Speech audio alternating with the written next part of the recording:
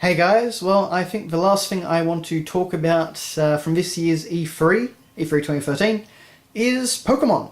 And usually when you think Pokemon, you don't think of E3, but they usually do things like, announcements in Koro magazine, or they do Pokemon Smash on Sundays and stuff like that.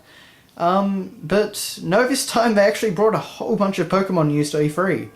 And at this stage, Pokemon X and Y are looking fantastic. They're really doing a lot to try and innovate and push the series forward. So that's really great to see, and it's something we haven't really seen that much since, in my opinion anyway, Gold and Silver. And that was a while ago. That was a very long time ago now.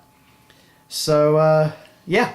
But anyway, first thing I just want to cover is a more minor point, but a very nice addition. The fact that we have full-on trainer customization. And going off the screenshots, it's really, really extensive. Every trainer, pretty much in the screen that we got of all the different, friends and passers-by and acquaintances, they looked really different. So I'm really, really hopeful we can do a lot with our characters this time. And no longer will we have to have red versus red, or, Ruby versus Ruby, etc., etc. So it'll be really nice to see that come into fruition. And connecting to that is the PSS system, where basically you'll be able to meet players online, battle and trade with them online, and it'll be a persistent thing. So you'll always be able to connect to other players, and you'll be able to, handle that all on the bottom screen. So that seems like a really good step forward. So finally you can have proper, detailed, good interactions with online Pokemon. No more friend codes or anything like that. So I'm really happy to see that. The series is taking a lot of steps forward with this game. In terms of battles, they actually announced 2 new types of battles. You've got flying battles. So any Pokemon with Levitate or any Pokemon that can fly, they'll actually battle in the air. So it's mainly a cosmetic detail, but it's a very nice little touch. And something that makes a lot of sense, but hasn't ever really been actually, even attempted in the series. So that's rather nice. The other thing is horde battles. So in the wild, groups of Pokemon will actually ambush you. And you'll have to take, it'll be 1 on 5 or 1 on 6. That seemed like a really great idea to me, and could definitely provide some more interesting wild battles. So, I'm really liking all the ideas they're putting out. Aside from that, we saw some new Pokemon, and most of the designs actually seem pretty good. I can't really complain too much. We're getting a little bit of repetition, like there was that toxic seahorse sort of Pokemon, which obviously was a bit reminiscent of Seadra.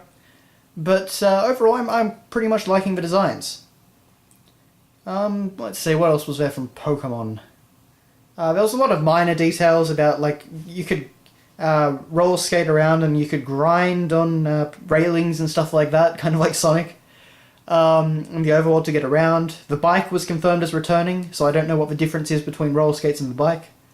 You can also ride on Pokemon, which we already knew about, but it'll actually allow you to get past certain obstacles and stuff like that.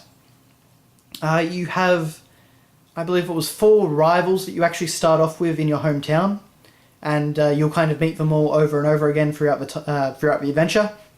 I believe they confirmed that there's not going to be like a Gary Oak style of, Git character that, really kind of insults you all throughout the game.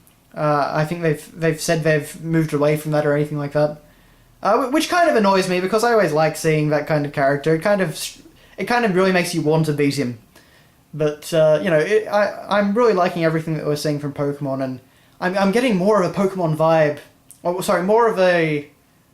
I'm getting the same sort of vibe that I got from Gold, Silver, and Crystal, in that it's kind of pushing the series forward. It's getting a whole lot of new features. It's adding a type, of course, Fairy type. That looks really great. I like their reasoning that they used it. They created it to balance out Dragon types, but we'll have to see upon release how that actually goes, particularly with some of the retroactive type changes. But I think one of the reasons that Red, Blue, Yellow, Gold, Silver, Crystal are still my favourite Pokemon games is that they're the most RPG-like. They focused a lot on innovating the main game, rather than just innovating the balance basically for competitive play. I don't really care about competitive play, so I just kind of want a good single-player RPG experience.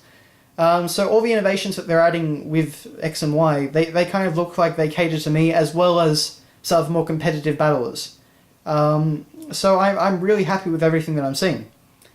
So basically I just can't wait to get my hands on it in October 12th I believe. Also having a worldwide release is pretty fantastic for Pokemon. Long gone are the days where you would have to look at these screenshots of the Japanese version and try and figure out what they were about while you waited 8 to 12 months to actually get your own version of the game. I always remember Diamond and Pearl being a really terrible wait after the Japanese version came out, but anyway. So, yeah, thanks a lot for watching, guys, and thanks a lot for watching, all my E3 commentary if you've been taking on that. I'd say this is pretty much the last thing I could talk about. I mean, I could talk about lots and lots of games. It was a fantastic E3. One of the best we've had in a long time, in my opinion. And there's been a lot to talk about. There's a lot of great games coming this year and next. So it's a pretty exciting time to be a gamer, I'd say. Thanks a lot for watching, guys, and I'll see you later.